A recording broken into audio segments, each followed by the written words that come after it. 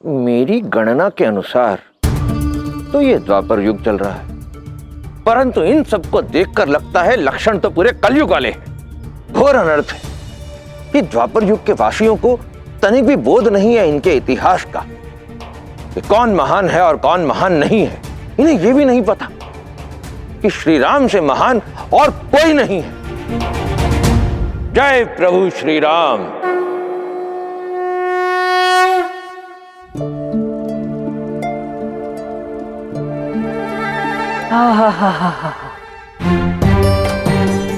यहाँ का ये स्वादिष्ट आयोजन देखकर तो ऐसा प्रतीत होता है कि उस अतिथि के आने से पूर्व ही हमारी सारे आयोजन संपन्न हो जाएंगे।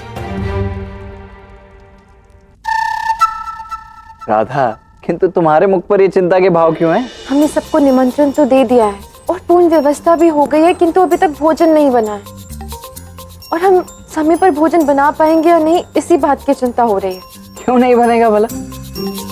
इतनी अच्छे से तो तैयारी की है हमने। क्या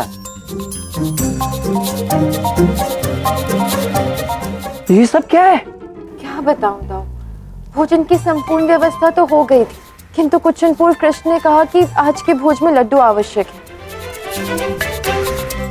कितने? हाँ दाऊ, और ये कहा कि जितने पूर्ण द्वारका के लिए लड्डू बनेंगे उससे दुगनी मात्रा में लड्डू बनाने हैं, क्योंकि उसका वो जो विशिष्ट अतिथि है ना, वो बहुत भोजन ग्रहण करते हैं। राधा, इतना अधिक भोजन तो मैं और मेरा शिष्य महाबली भीम तक नहीं खा सकते। लड्डू बने कि नहीं?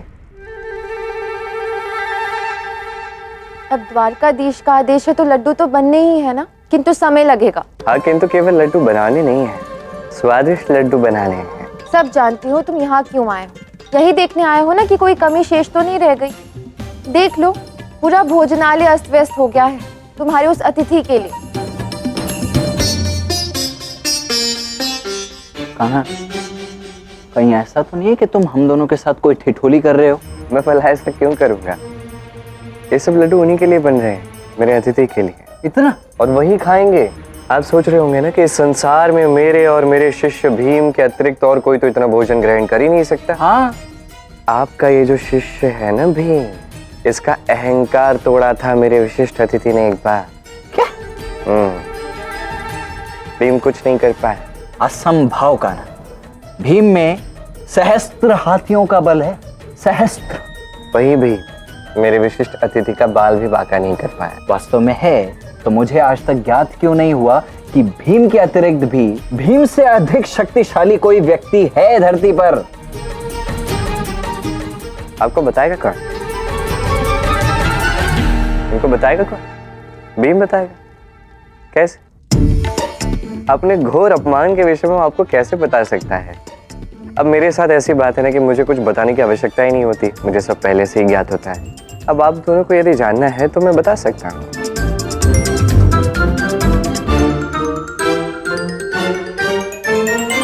बता ही देता।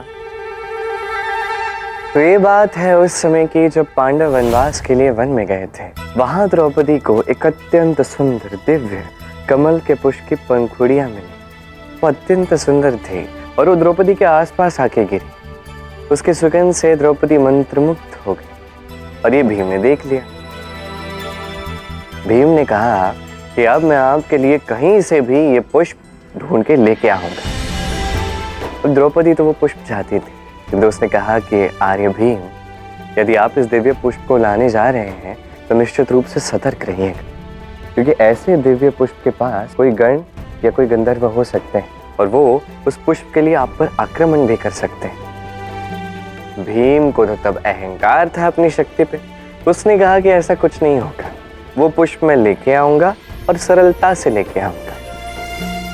अब मेरे विशिष्ट अतिथि के विषय में एक बात बताता हूं। अहंकार को वो भली भांति पकड़ लेते हैं, अच्छे से पहचानते हैं, और उन्होंने भीम के इस अहंकार को पहचान लिया।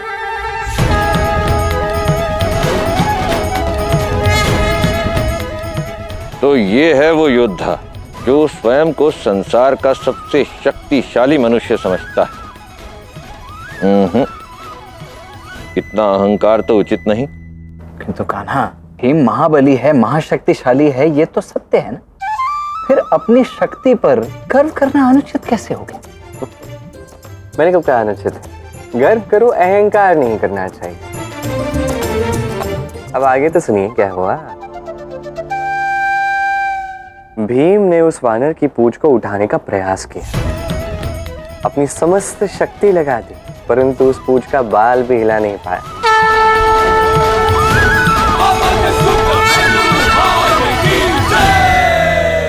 भीम की छोड़ो, तुम अपने अतिथि के बारे में बताओ। ये तुम्हारा कैसा अतिथि है कान्हा, जिसकी पूंछ है? कहीं तुम्हारा अतिथि कोई वानर तो नहीं है? हा? नहीं, देखो, यदि वानर है भी तो हमें कोई आपत्ति नहीं है। क्यों राधा है? बस बता दो। आपत्ति होगी भी नहीं, हंस लो जितना हंसना है, पर इस प्रकार उस महापुरुष का अपमान करना उचित नहीं।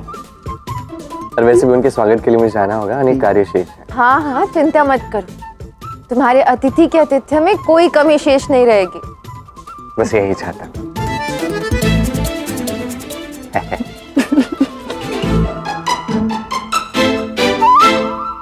दाऊ, मुझे तो प्रतीत हो रहा है कि कृष्ण अवश्य ही हमसे ठिठोली कर रहा है। निसंदेह। पता नहीं क्या चल रहा है कृष्ण के हृदय में।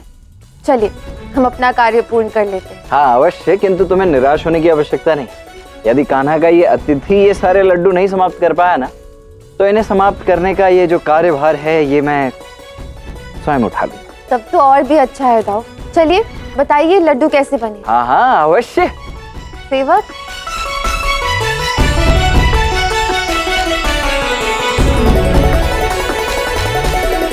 अद्भुत राधा, इतने स्वादिष्ट लड्डू। तब तो इन सबको समाप्त करने में अत्यंत आनंद आएगा मुझे। तब तो ठीक है। मैं तो यही सोचकर बना रही हूँ कि मैं ये लड्डू आपके लिए बना रही हूँ। वैसे कान्हा अपने अतिथि की कुछ अधिक ही प्रशंसा करके नहीं गए? चलो आने दो उस अतिथि को। यदि सत्य में वो इतना पराक्रमी वीर है, तब तो उसे शक्ति प्रदर्शन के लिए चुनौती देना तो बनता है।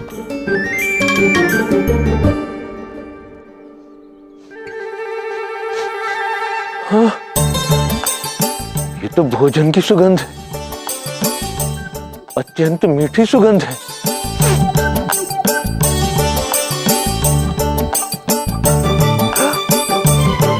असंभव, ये कैसे हो सकता है? ये तो बिल्कुल वैसे ही स्वादिष्ट लड्डुओं की सुगंध है, जैसी माता सीता अपने इस पुत्र के लिए बनाया करती थी। ये तो चमत्कार हो गया। ये लड्डुओं की सुगंध तो मुझे अपनी ओर खींचे जा रही है, आकर्षित कर रही है। मुझे लड्डू खाने। लड्डू कैसे खाऊंगा? वो गरुड़ देव आने वाले हैं। उन्हें मैंने वचन दे दिया है कि यहीं खड़ा होकर आपकी प्रतीक्षा करूंगा। अब कर लो प्रतीक्षा, वहां लड्डू कोई और खा जाएगा। गरुड़ देव शीघ्र आइए ना, वहां लड्डू कोई दूसरा खा जाएगा। मुझे बहुत तीव्र भूख लग रही है।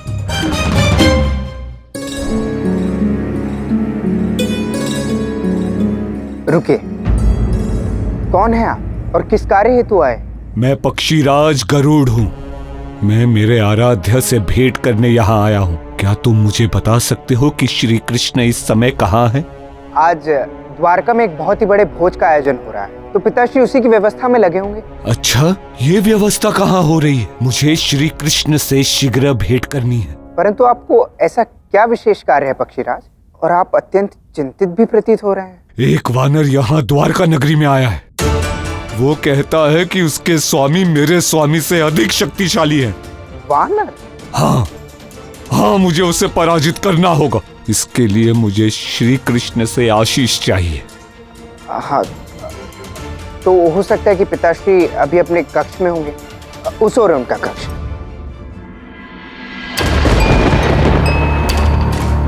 एक वानर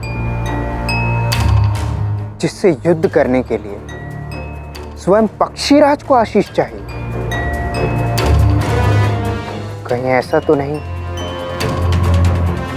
कि पक्षीराज की स्वयं की शक्तियां समाप्त हो रही हैं?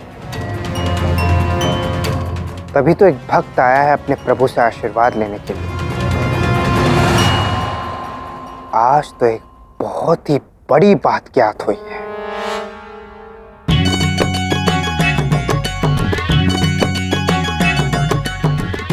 नगरी तो मायावी है, परंतु एक बात बड़ी विचित्र है।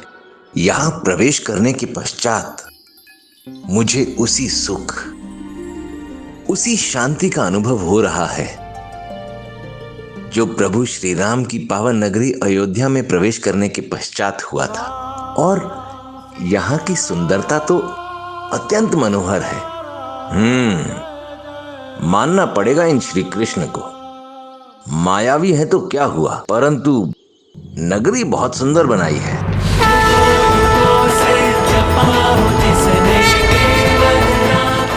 यदि मन में प्रेम और सच्ची भक्ति हो तो हर नगरी अयोध्या और द्वारका जैसी पावन लगेगी हनुमान।